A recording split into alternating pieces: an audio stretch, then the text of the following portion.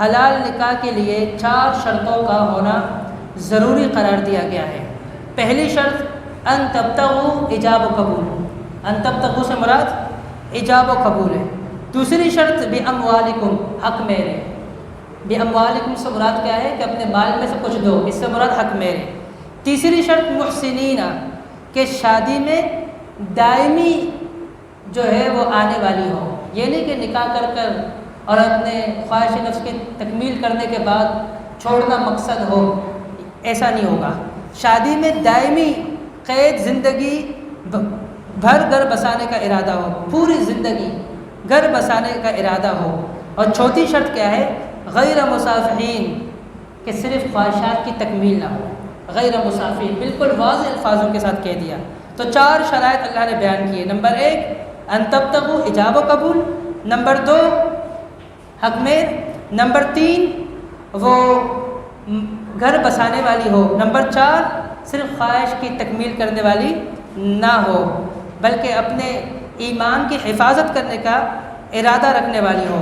پارے کی آخری آیات میں اللہ تعالیٰ فرماتے ہیں ما یفعل اللہ بعذابکم ان شکرتم وآمنتم، اللہ رب العزت تمہیں عذاب دے کر کیا کرے گا اگر تم شکر گزاری والی زندگی گزارو، اگر تم اللہ پر ایمان لاؤ تو اللہ تمہیں عذاب دے کر کرے گا کیا؟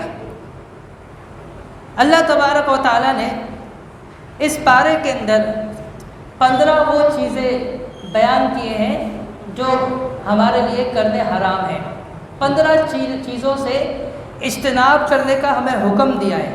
نمبر 1 حرام کاروبار، فرمایا حرام کاروبار مت کرو، حرام کاروبار کرنے سے اجتناب کرو۔ سورہ نساء آیت نمبر 29 میں ارشاد ربانی ہے یا ایھا الذین آمنوا لا تأکلوا اموالکم بینکم بالباطل الا ان تکون تجارۃ عن تراض منکم، اے ایمان والو تم آپس میں اپنے مال کو باطل طریقے سے مت کھاؤ، باطل طریقے سے مت کھاؤ، ہاں تم آپس میں رضامندی سے ایک دوسرے کے ساتھ خرید و فروخت کرو، اس سے تمہیں پروفٹ حاصل ہو، وہ ایک الگ مسئلہ ہے، لیکن ناجائز طریقے سے آپس میں ایک دوسرے کا مال کھانا یہ جائز نہیں ہے، اس سے منع فرمایا۔ نمبر 2 رب کی تقسیم پر اعتراض مت کرو، سورہ نساء آیت نمبر 32 میں ارشاد ربانی ہے وَلَا تَتَمَنَّوْا مَا فَضَّلَ اللَّهُ بِهِ بَعْضَكُمْ عَلَىٰ بَعْضٍ، اس چیز کی تمنا نہ کرو جس کی تمہارے بعض کو بعض کے اوپر اللہ نے فضیلت دی ہے۔ حضرت ام سلمہ رضی اللہ عنہ فرماتی ہے، مسند احمد کے اندر روایت موجود ہے، میں نے آ کر اللہ کے نبی صلی اللہ علیہ وسلم سے کہا یا رسول اللہ ہم عورتوں کے ساتھ ذاتی ہیں، ذاتی کیا ہے کہ مرد جہاد کرتے ہیں اور اگر شہید ہو جائے تو وہ جنت میں، اگر وہ لوٹ آئے تو وہ غازی ہے، عورتیں اس سے مستثنیٰ ہیں، اور مردوں کو عورت کے مقابلے میں میراث بھی دگنا ملتا ہے، 2 حصے مردوں کو ملتا ہے، ہمیں 1 حصہ ملتا ہے۔ تو اس پر یہ آیات کریمہ نازل ہوئی۔ ام سلمہ نے یہ سوال آ کر رسول اللہ صلی اللہ علیہ وسلم سے پوچھا اور یہ اعتراض انہوں نے اٹھایا، تو اللہ تبارک و تعالیٰ نے قرآن کریم کی ان آیتوں کو نازل فرما کر ان کا جواب دیا۔ کیا فرمایا؟ وَلَا تَتَمَنَّوْا مَا فَضَّلَ اللَّهُ بِبَعْضِكُمْ عَلَىٰ بَعْضٍ، تم اس چیز کی تمنا نہ کرو جس کے تمہارے بعض کو بعض پر فضیلت حاصل ہے۔ فرمایا لِلرِّجَالِ نَصِیبٌ مِّمَّا اکْتَسَبُوا وَلِلنِّسَاءِ نَصِیبٌ مِّمَّا اکْتَسَبْنَا، مردوں کے لیے وہ ہے جو وہ کمائیں گے، یعنی جتنی نیکیاں وہ کریں گے اس کے حساب سے ان کو اجر دیا جائے گا، اور عورتوں کے لیے جتنی وہ نیکیاں کریں گے اس کے حساب سے ان کو اجر دیا جائے گا۔ وہ ایک الگ مسئلہ ہے کہ مرد ہونے کے حیثیت سے مردوں کے حقوق ہیں اور عورتوں کے لیے عورت ہونے کے حساب سے چند حقوق ہیں، چند چیزیں ایسی ہیں جو صرف مردوں کے لیے ہیں، اس سے عورت مستثنیٰ ہے، اور چند چیزیں ایسی ہیں جو صرف عورت کے لیے مرد اس سے مستثنیٰ ہے، اس فضیلت میں صرف عورتیں آتی مرد نہیں آتے۔ مثلا ایک مرد یہ کہہ سکتا ہے نا کہ یار پوری زندگی میں کماتا ہوں، اوور ٹائم لگاتا ہوں انہی بیوی بچوں کا پیٹ پالنے کے لیے، لیکن جب بات مقام کی آتی ہے تو پھر مقام پھر جو ہے عورت کا زیادہ ہے، میری گھر والی کا اور مقام جو ہے بچوں کے لیے میری بنسبت 3 گنا زیادہ ہے۔ رسول اللہ صلی اللہ علیہ وسلم کے پاس ایک صحابی آئے، کہنے لگے یا رسول اللہ من احق بحسن صحابتی، سب سے زیادہ حسن سلوک کا حقدار کون ہے؟ فرمایا امو کا آپ کی ماں، ثم ای، پھر کہا یا رسول اللہ اس کے بعد؟ کہا امو کا آپ کی ماں۔ تیسری مرتبہ پوچھا یا رسول اللہ ثم ای، اس کے بعد فرمایا امک، آپ کی ماں. چوتھی مرتبہ فرمایا ثم ای، پھر اس کے بعد فرمایا ابو کا، آپ کے والد. اب اس حدیث میں آپ دیکھیے کہ عورت ایک ماں ہونے کی حیثیت سے اللہ نے اس کو اتنا بڑا مقام دیا ہے، اتنا بڑا مقام دیا ہے کہ 3 درجے 3 گنا زیادہ اس کا بڑا مقام ہے مرد کے مقابلے میں. اب یہ جو مقام ایک ماں کو حاصل ہے، ایک باپ کو حاصل نہیں ہے، اور اس مقام میں ایک ماں ہونے کی حیثیت سے اللہ نے جو ان کو مقام دیا ہے، باپ ہونے کی حیثیت سے وہ مقام ایک باپ کا نہیں ہے، اس کا چھوٹا نمبر ہے. اس کا کون سا نمبر ہے؟ اس کا چھوٹا نمبر ہے. 3 جو ہے حصے رب ذوالجلال ماں کو دے رہا ہے اور ایک حصہ جو ہے وہ باپ کو دے رہا ہے. تو یہ اللہ کی تقسیم ہے. چند چیزیں ایسی ہیں جہاں پر عورت کو فضیلت ہے، وہ مرد کو نہیں ہے، اور چند چیزیں ایسی ہیں جہاں مرد کو فضیلت ہے، عورت کو نہیں ہے. تو اللہ رب العالمین نے فرمایا تمہارے بعض کو اللہ نے بعض چیزوں پر فضیلت دی ہے. اس اللہ کی تقسیم پر سوال مت اٹھاؤ، رب کی تقسیم پر اعتراض نہ کرو. اس کے بعد تیسری چیز جس سے منع فرمایا وہ کیا ہے؟ عورت کو سربراہ بنانا، اس سے منع فرمایا. سورہ نساء آیت نمبر 34 میں ارشاد ربانی ہے الرجال قوامون علی النساء بما فضل اللہ بعضهم علی بعض. اللہ نے مرد کو عورت پر حاکم بنایا ہے. رسول اللہ صلی اللہ علیہ وسلم فرماتے ہیں لن یفلح قوم ولوا امرهم امرأة، وہ قوم کیسے کامیاب ہوگی جو اپنی سربراہ ایک خاتون کو بنائے، جو اپنے گھر کے معاملات میں ویسے سربراہ لیڈر کس کو بنائے؟ خاتون کو بنائے. تو فرمایا ایسی قوم فلاح کیسے پائے گی؟ تو تیسری چیز جس سے منع فرمایا وہ کیا ہے؟ عورت کی سربراہی. چوتھی چیز جس سے منع فرمایا وہ کیا ہے؟ تکبر کرنا. سورہ نساء آیت نمبر 36 میں ارشاد ربانی ہے ان اللہ لا يحب من كان مختالا فخورا، رب ذوالجلال ایسے شخص سے ہرگز محبت نہیں کرتا جو فخر کرنے والا ہو، تکبر کرنے والا ہو، اس سے اللہ ہرگز محبت نہیں کرتا. تو اس آیت کریمہ میں چوتھی چیز جس سے منع فرمایا وہ کیا ہے؟ تکبر ہے. پانچویں چیز جس سے منع کیا وہ ہے ریاکاری. سورہ نساء آیت نمبر 38 میں ارشاد ربانی ہے والذین ينفقون اموالهم رئاء الناس ولا يؤمنون بالله ولا باليوم الاخر. فرمایا کہ وہ لوگ جو اپنے مال کو خرچ کرتے ہیں لوگوں کو دکھانے کے لیے، وہ نہ اللہ پر ایمان رکھتے ہیں نہ آخرت پر ایمان رکھتے ہیں، کیونکہ وہ صرف اس لیے کرتے ہیں کہ ہماری واہ واہ ہو. ریاکار لوگ ہیں. کل روز قیامت ان سے کہا جائے گا کہ جن کو دکھانے کے لیے، جن کو خوش کرنے کے لیے تم نے یہ کام کیے تھے، جاؤ انہی سے اس کا اجر لو، میرے پاس کوئی اجر نہیں ہے. تو پانچویں چیز جس سے منع فرمایا وہ ریاکاری ہے. اور چھٹی چیز جس سے منع کیا وہ ہے شرک کرنا. سورہ نساء آیت نمبر 48 میں ارشاد ربانی ہے ان اللہ لا یغفر ان یشرک به ویغفر ما دون ذلک لمن یشاء. اللہ تعالیٰ شرک کو معاف نہیں کرتا، جو اس کے ساتھ شرک کرے گا، کسی کو شریک ٹھہرائے گا اس کو معاف نہیں کرے گا. اس کے علاوہ جسے چاہے وہ معاف کر دے، جسے چاہے معاف کرے. شرک یہ بہت بڑا گناہ ہے. ان الشرک لظلم عظیم، بہت ہی بڑا ظلم ہے. اللہ تعالیٰ اس کو معاف نہیں کرے گا. اگر وہ اسی حالت پر مرا، اپنے شرک سے توبہ نہیں کیا اور توبہ کا دروازہ اس پر بند ہو گیا تو اس کے لیے معافی نہیں ہے. چھٹی چیز جس سے منع فرمایا وہ ہے شرک. ساتویں چیز جس سے منع فرمایا وہ ہے حسد کرنا. سورہ نساء آیت نمبر 56 میں ارشاد ربانی ہے ام یحسدون الناس علی ما آتاہم اللہ من فضلہ، کیا تم حسد کرتے ہو لوگوں پر اس وجہ سے جو ہم نے ان کو اپنے فضل سے نوازا ہے؟ یہ تو اللہ کی تقسیم ہے. کسی کو زیادہ، کسی کو اس سے زیادہ، کسی کو اس سے زیادہ، کسی کو اس سے زیادہ، اور پھر آپ اوپر سے جب آئیں گے اس سے کم، اس سے کم، اس سے کم. یہ تو اللہ کی تقسیم ہے. اوپر ہم نے پڑھا نا کہ اللہ کی تقسیم پر اعتراض کرنا یہ ٹھیک نہیں ہے، اس سے اللہ نے منع فرمایا ہے. تو حسد کرنا، حسد کی 2 قسمیں ہیں. امام بخاری رحمۃ اللہ علیہ نے اس پر باب بھی قائم کیا ہے اور غبطہ کے نام سے باب قائم کیا ہے کہ غبطہ جائز ہے، رش کرنا جائز ہے. رش کیا ہے؟ کسی کے پاس اب کوئی نعمت دیکھ لو، آپ تمنا کرو اے اللہ جو نعمت آپ نے اسے دی ہے مجھے بھی یہ دے یا اس سے زیادہ دے. تو یہ کیا ہے؟ یہ جائز ہے. یہ حسد، یہ رشک، یہ جائز ہے. لیکن ایک اس کی دوسری صورت وہ کیا ہے؟ کسی کے ساتھ آپ نعمت دیکھ لو، آپ جل جائے، آپ کھڑ جائے اور آپ تمنا کریں کہ یہ مجھے ملے اور اس سے چھن جائے. پہلی صورت جو جائز تھی اس میں سامنے والے سے چھننا مراد نہیں تھا. مطالبہ یہ نہیں کہ اس سے یہ نعمت چھن جائے، تمنا کیا تھی؟ اے اللہ تو نے اسے دیا ہے مجھے بھی دے دے، وہ جائز تھا۔ یہاں کیا ہے کہ اللہ اس سے چھین لے، وہ برداشت نہیں کر رہا اپنے مسلمان بھائی کے ساتھ نعمت کو، تو یہ حسد جائز نہیں ہے۔ تو 7ویں چیز جس سے منع فرمایا وہ ہے حسد۔ 8ویں چیز کفر کرنے سے منع فرمایا۔ سورہ نساء آیت نمبر 56 میں ارشاد ربانی ہے، ان الذین کفروا بآیاتنا سوف نصلیہم نارا، بے شک وہ لوگ جنہوں نے کفر کیا ہمارے آیتوں کے ساتھ، ان قریب ہم ان کو جہنم میں داخل کریں گے۔ اور 9ویں چیز جس سے ہمیں منع فرمایا وہ کیا ہے؟ رشتہ اور تعلق کی بنیاد پہ شرعی حدودوں کو پامال مت کرو، رشتہ داری کی وجہ سے، تعلق کی وجہ سے، کہ وہ شریعت کو، اللہ کے بنائے ہوئے حدود کو وہ پامال کرے، ان کو توڑ دے، ان کا لحاظ نہ کرے۔ اللہ تبارک و تعالی نے سورہ نساء آیت نمبر 58 میں ارشاد فرمایا، ان اللہ یأمرکم ان تؤدوا الامانات الی اہلہا، اللہ رب العزت نے تمہیں یہ حکم دیا ہے کہ جن کی امانتیں تمہارے پاس ہیں ان تک لوٹا دو۔ ہم کیا کرتے ہیں؟ امانتیں کھا جاتے ہیں۔ اب یہاں پر اللہ تبارک و تعالیٰ نے منع فرمایا، سختی سے منع کیا ہے۔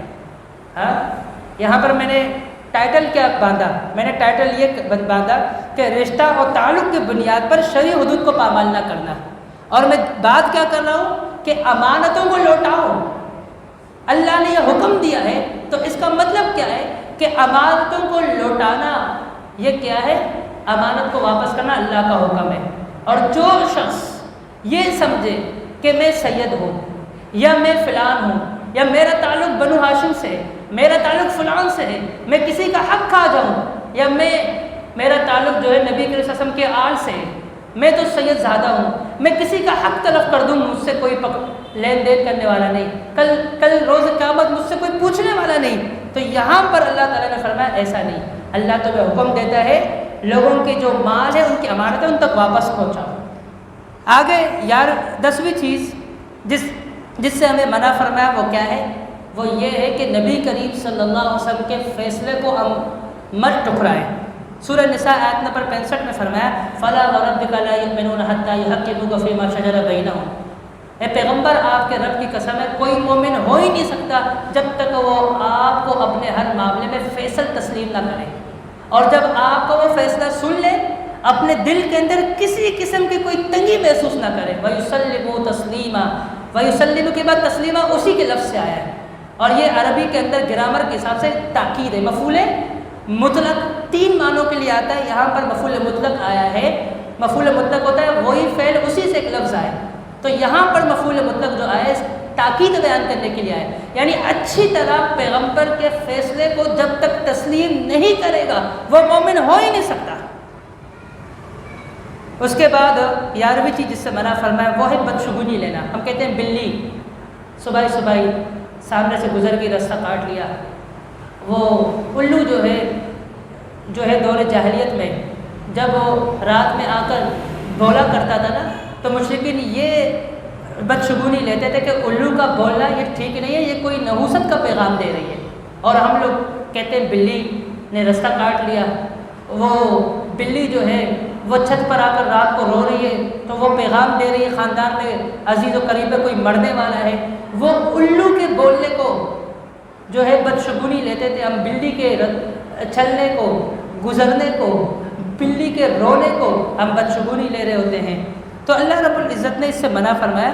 سورہ نساء آیت نمبر 78 میں ارشاد ہے، وَإِن تُصِبْهُمْ حَسَنَةٌ يَقُولُوا هَٰذِهِ مِنْ عِندِ اللَّهِ، جب ان کو کوئی اچھائی پہنچتی ہے کہتے ہیں یہ اللہ کی طرف سے۔ وَإِن تُصِبْهُمْ سَيِّئَةٌ، اور جب ان کو کوئی برائی پہنچتی ہے کہتے ہیں پیغمبر یہ آپ کی وجہ سے ہوا ہے۔ جب کوئی اچھائی پہنچے تو کہتے ہیں اللہ کی طرف سے، برائی پہنچے پیغمبر اس کی وجہ آپ ہو۔ اللہ تبارک و تعالیٰ فرمایا کل من عند اللہ، کہہ دیجئے نفع اور نقصان دونوں کا مالک اللہ ہے، اور دونوں اللہ کی مشیت سے ہوتا ہے، اللہ کے ارادے سے، اللہ کی مشیت سے ہوتا ہے، اللہ کی مرضی کے علاوہ کچھ بھی نہیں ہوتا ہے۔ تو بدشگونی مت لو، جو بھی ہوتا ہے اس میں خیر ہوتا ہے اور وہ اللہ کی طرف سے ہوتا ہے۔ نمبر 12، اجماع صحابہ اور امت سے منہ موڑنا، اس سے منع فرمایا۔ سورہ نساء آیت نمبر 115 میں ارشاد ربانی ہے، وَمَن يُشَاقِقِ الرَّسُولَ مِن بَعْدِ مَا تَبَيَّنَ لَهُ الْهُدَىٰ وَيَتَّبِعْ غَيْرَ سَبِيلِ الْمُؤْمِنِينَ، کہ جو شخص رسول کی نافرمانی کرے ہدایت واضح ہو جانے کے بعد، اور مومنوں کے علاوہ غیر مومنوں کا صحابہ کے علاوہ، مومنوں کے علاوہ، سلف صالحین کے علاوہ وہ غیر مومنوں کا راستہ تلاش کرے۔ آج ہم لوگ فیشن ڈھونڈ رہے ہوتے ہیں نا کہ یہ امریکہ کا فیشن ہے، ہمارے نوجوان یہ جو ہے فلان ملک کا فیشن ہے، یہ فلان ملک کا طریقہ کار ہے، یہ رسم وہاں سے اٹھا ہے، یہ دہلی سے چل پڑا ہے۔ اللہ رب العزت نے فرمایا جو مومنوں کے راستے کو چھوڑ کر غیر مومنوں کے راستے کو تلاش کرے گا، نولہ ما تولی، جس طرح وہ پھیرنا جائے گا ہم اس طرح اس کو پھیر دیں گے اور روز قیامت جہنم میں داخل کریں گے۔ اس کا نظریہ جس طرح وہ اپنا نظریہ بنانا چاہتا ہم بنا دیں گے، اس کا عقیدہ ہم بنا لیں گے۔ تو اللہ رب العزت نے یہاں پر مومنوں کے راستے سے ہٹنے سے منع فرمایا۔ نمبر 13، اللہ کی تخلیق کا جو بدلنا ہے اس سے سختی سے منع فرمایا۔ سورہ نساء آیت نمبر 119 میں ارشاد ربانی ہے وَلَأُضِلَّنَّهُمْ وَلَأُمَنِّيَهُمْ وَلَآمُرُهُمْ فَلَيُبَتِّكُنَّ آذَانَ الْأَنْعَامِ۔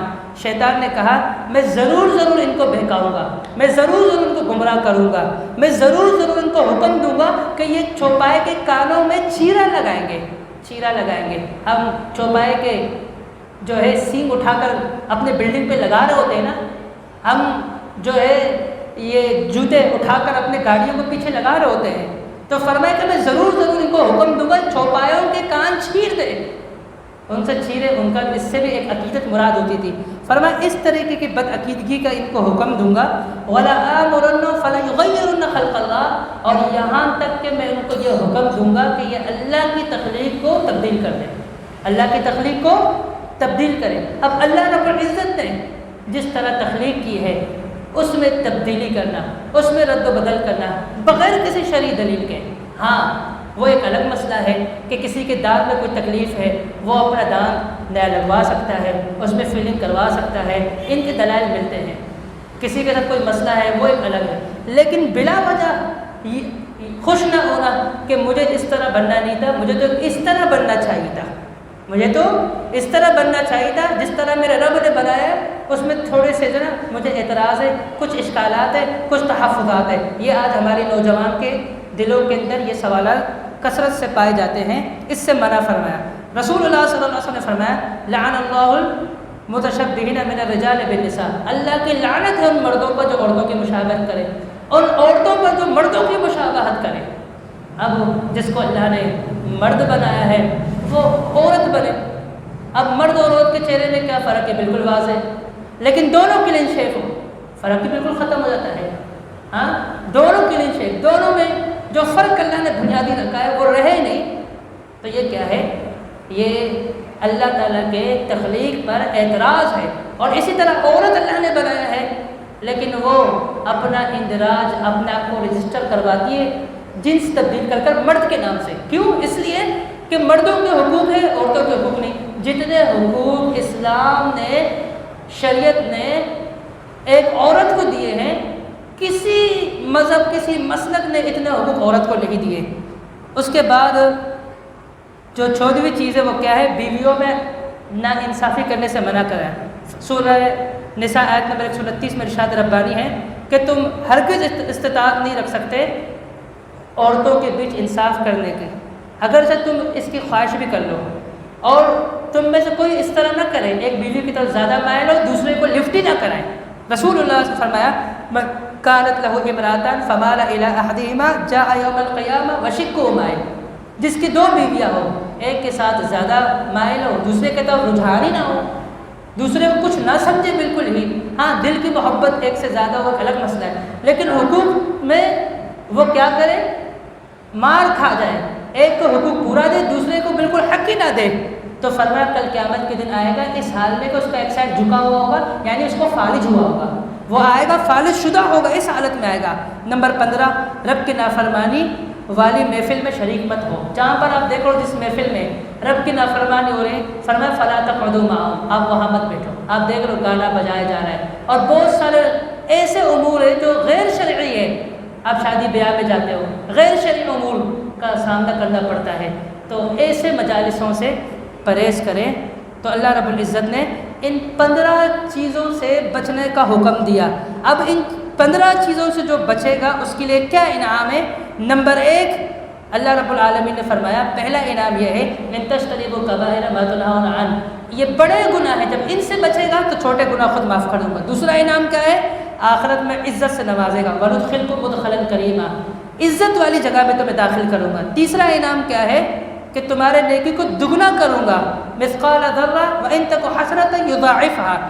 چھوٹا انعام کیا ہے؟ ایک نیکی ہے، اللہ اس کا اجر بہت ہی بڑا دے گا، فرمایا وَيُؤْتِ مِن لَدُنْهُ أَجْرًا عَظِيمًا، نیکی تو ایک ہے لیکن اس کا اجر بہت ہی بڑا ہے۔ پانچواں انعام کیا ہے؟ رب ذوالجلال جنت میں داخلہ عطا کرے گا۔ تو یہ اس کے انعامات ہیں۔ میری اللہ رب العزت سے دعا ہے، خالق و مالک مجھے اور آپ کو حلال کام کرنے، حلال کمانے، حلال کھانے کی توفیق عطا فرمائے، آمین یا رب العالمین۔